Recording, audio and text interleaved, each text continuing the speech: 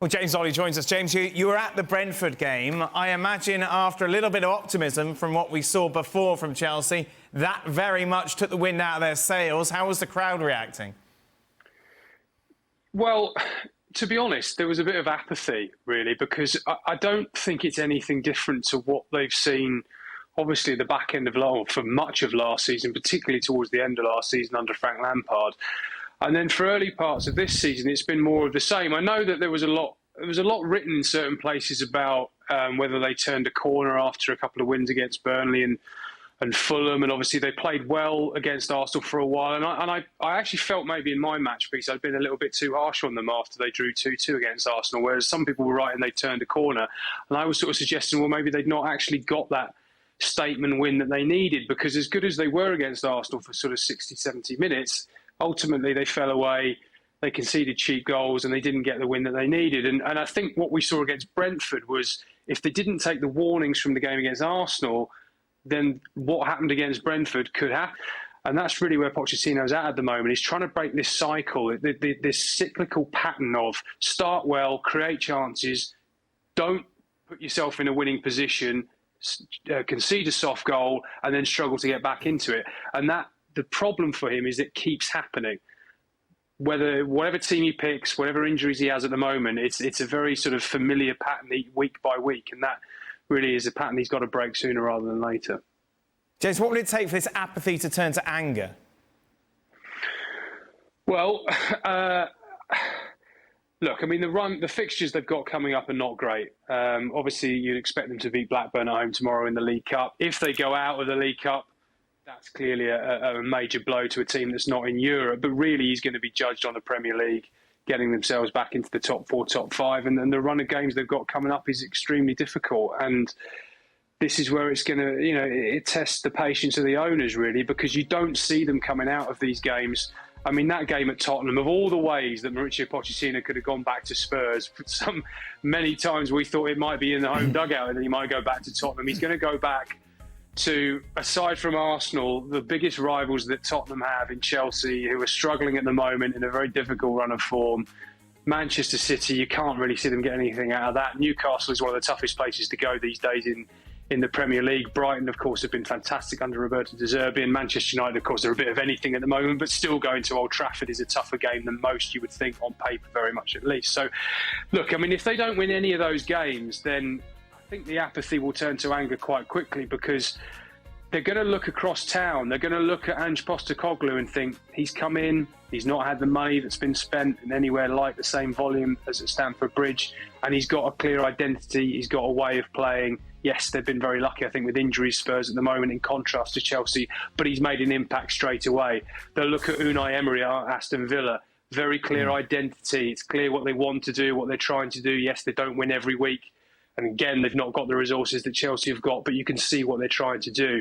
There have been flashes of that, I think, under Pochettino. Signs of progress, signs of being able to start to put together a team. But I think if there's not more coherent game plans that last for longer in matches, and obviously they start winning games, then I think those fans are going to start asking the question pretty quickly of whether this manager is the right one to take them forward. Chelsea are weird, aren't they? Well, it is weird because I feel personally, and I don't know about the other guys, but I feel like we've not really talked about them, and rightly so in a sense. I mean, we've talked about them in fits and starts. Obviously, we didn't see the Chelsea game at the weekend, the Brentford game, because we were covering the Classical. We were on live with that. The next day, we moved on to Man United. That was another huge story, and so they've been sort of in the backdrop there. Which is what I said at the start of the season. I think they're going to be a bit of an afterthought. Now, it's, as James said, it's how long the fans are going to put up with that. If there's some signs of, some semblance of patterns of play and improvement on the field, but results are just maybe coming up a bit short, maybe they'll accept that. But at the end of the day, it's a results-driven business. And we saw last year to an extent when the fans started to turn and questioning Graham Potter, was he experienced enough? Was this too big a job for him? All that sort of stuff. The Todd Bowley and his cronies will only turn one way. But there's only so many times they can do that. So it's a big few weeks for them But I look at their side.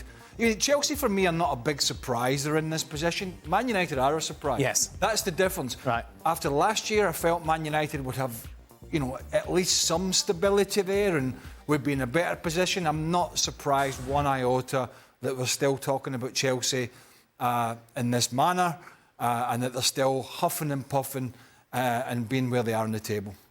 I think I kind of disagree with James a lot, to be honest with you.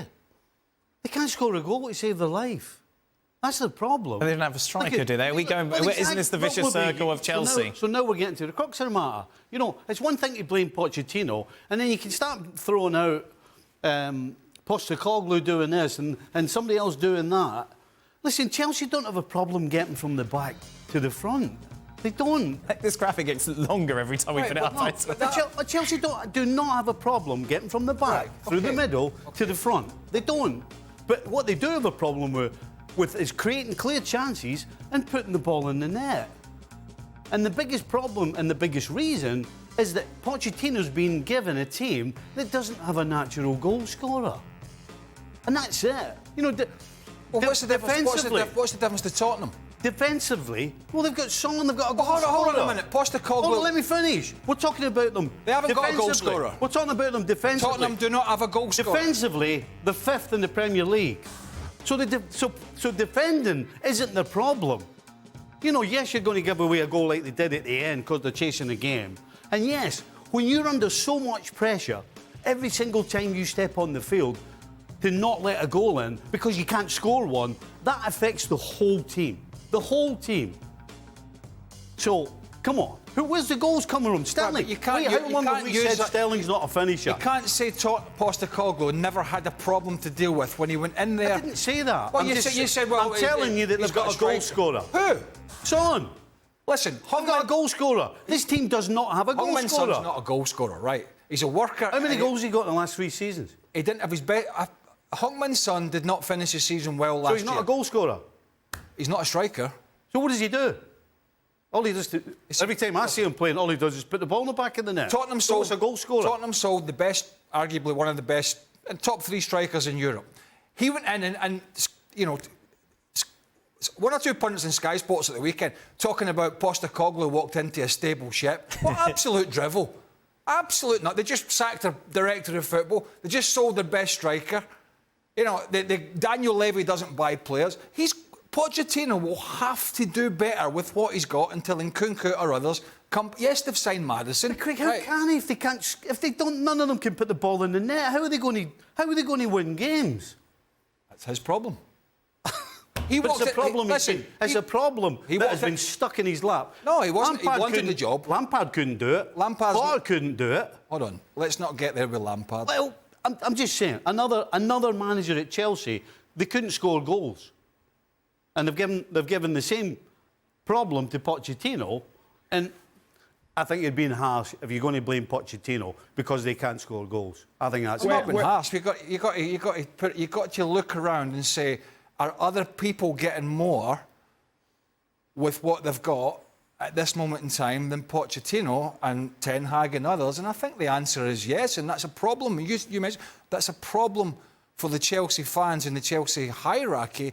That if this continues and the Tottenham story continues and the Newcastle story possibly, and others, they'll say, well, you've got to get more out of this group than you're getting. Go on, James.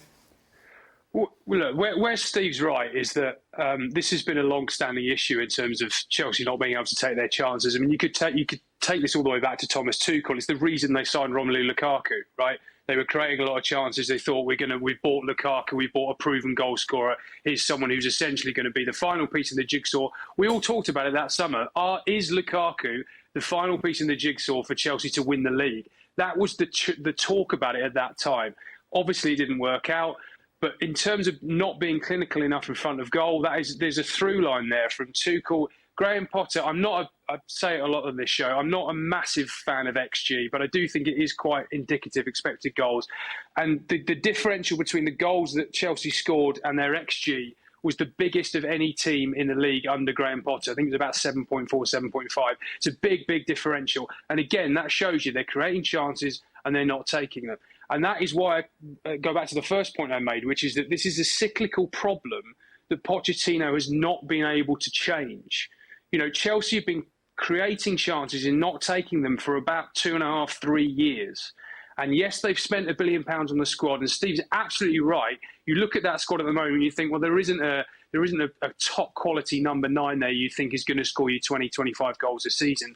I think they hope that would be Christopher Nkunku. And where I do have some sympathy with Pochettino is that I suspect he's not even been able to train with his first choice 11, let alone play with them. He has had a lot of injuries to deal with. And Nkunku, of course, got injured in pre-season. I think Nicholas Jackson, therefore, has been exposed probably a little bit more than they would have liked. I think they'd like to have given him a slightly slower progression into the first team, whereas he's had to try and come in and hit the ground running. They've had issues with Romeo Lavia when they signed him right at the end of the window. I think they're if they're going to play 4-3-3, I think their 3 in midfield will be Caicedo, Fernandes and Lavia. That 3 has never played together. Fernandes was injured at the weekend against Brentford and he was a sore miss there. You could see that they didn't quite have the same dynamism. Again, Steve's talking about, can they play through midfield easily enough? Yes, they can. But when they've got Enzo Fernandez there, yes, they can. When they can't, they're nowhere near as good. So I think there's certainly a big mitigation for Pochettino in the fact that just the sheer volume of injuries he's got to deal with. Think about the fullback situation. Reece James is going to play his first game against Blackburn tomorrow night. I think it's the second start of the season. Opening weekend was his first. Ben Chilwell obviously is injured at the moment. He's gone out to LA to do his rehab. He's going to come back. Not sure exactly when his return date is. Again, going back to Thomas Tuchel, he used to talk all the time about, I don't have James, I don't have Chilwell, I don't have my fullbacks. They're a key part of the way we play. If they can get those two fit, that's a big part of it. But it's this cyclical nature of the same performances time and time again. And that is the problem for Pochettino. He's got to make it look different. There have been signs of it, but they're falling into the same patterns. And that, I think, is why there's apathy at the moment among the Chelsea fans rather than anger, because they're saying, well, actually, do you know what? Fair play. He's got a few injuries to deal with, and we've watched this already. This is a problem that predates Pochettino. The problem is, the longer that goes on, the more the fans will start to say, well, hang on a minute, he's a world-renowned manager, high profile, coming on big money. He's supposed to be moulding this very expensively assembled squad into something more than we've already seen. And that's the challenge for him over the next few weeks. So why should he be any different come February or March than Graham Potter? Right. Because it was fashionable, maybe, James, because Graham Potter was seen as a guy who it was too big a club for him. And yeah, Pochettino's had his spell, particularly at Southampton and then at Tottenham. But he's hardly Guardiola or Klopp here, is he? Or Sir Alex Ferguson. I mean, he's been a good manager, but he's not absolutely proven that he'll get this Chelsea side over the line. So why should he be any different in 2 or 3 months if results haven't changed than the unfashionable Graham Potter? Last word on this, Hugh, James?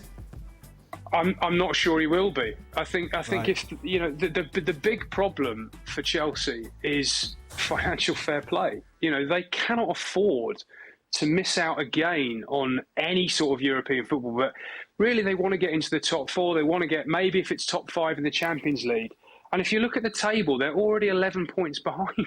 11 already. And they've only played 10 games. So if we're getting to, January, February time, and Chelsea are that far off the top, the pressure's going to be huge on Todd Boehly and Clearlake to look at this situation and say, do you know what, maybe we've got to make another change. There's no appetite for them to do it at the moment. They absolutely do not want to. And clearly, if they are going to sack the manager and the coaching staff, that is another huge financial outlay in itself. But the very minimum that Pochettino was supposed to achieve this season was European football. And really, after spending the money they have, it was to get back in the Champions League. And already, after 10 games, that is starting to look like a tall order. James, as always, are you going to the game tomorrow, James? I'm doing the other one. I'm going to West Ham Arsenal, actually. Oh. Big one. Well, that's disappointing. Well, there we are, James. We'll leave on that note.